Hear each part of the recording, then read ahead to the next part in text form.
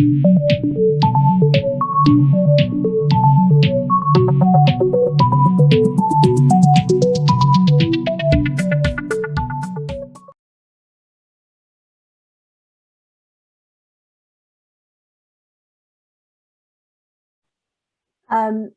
unless we have asked for it. By sending those documentation without us asking for it, it doesn't give you any advantage. It because when we do assessments, we have to do them on a level playing field. That's why we ask the same questions. We ask the same questions. We are looking at the same skills, which are what's in the job description. By asking for, by giving us those, we can't actually use them in our assessment unless we have specifically said, please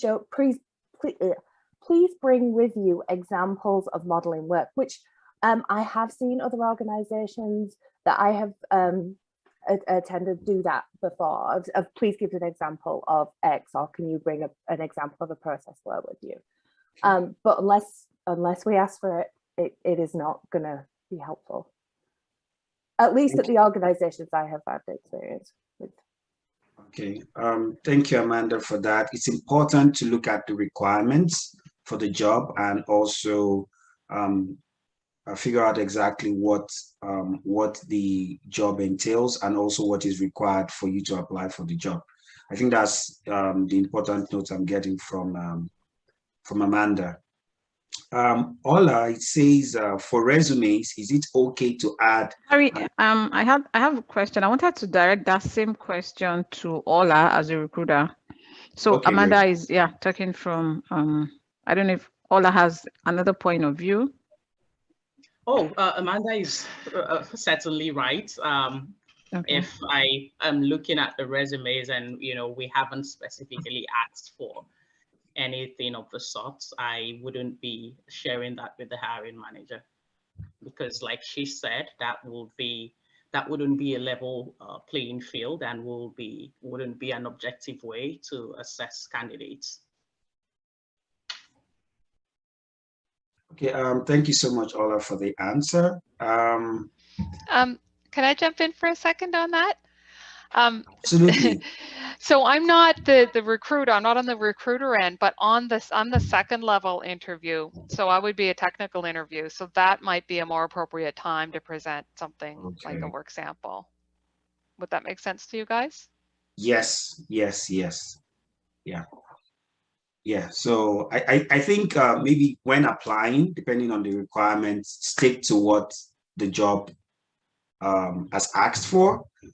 When you get into the interview, the technical or the second stage, like Jennifer said, then you can politely ask that you have some artifacts that you like to share, and then they'll let you know if they'll like to see it or not. So that way you're sure that whatever you're about to present, falls in line with what the interviewer wants to see. Thank you, Jennifer, for that. That was a very good one. Thank you. No, so I'm happy about that, not to discourage people. Please keep your artifacts. If you have processes that you have done, just have your artifacts with you.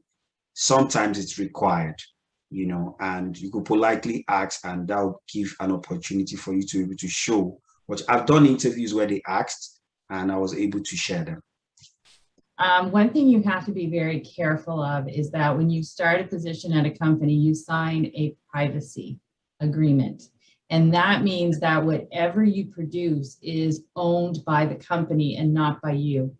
So before you do present anything, make sure that it falls in line with any privacy concerns that you've signed off on.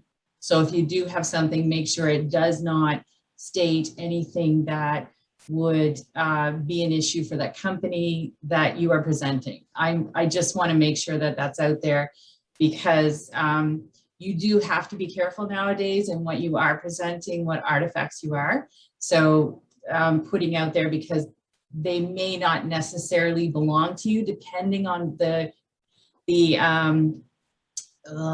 privacy agreement you have signed with the company. So I just wanted to put that out there. Just be very careful about that. That's the only thing I wanted to add. Thank you.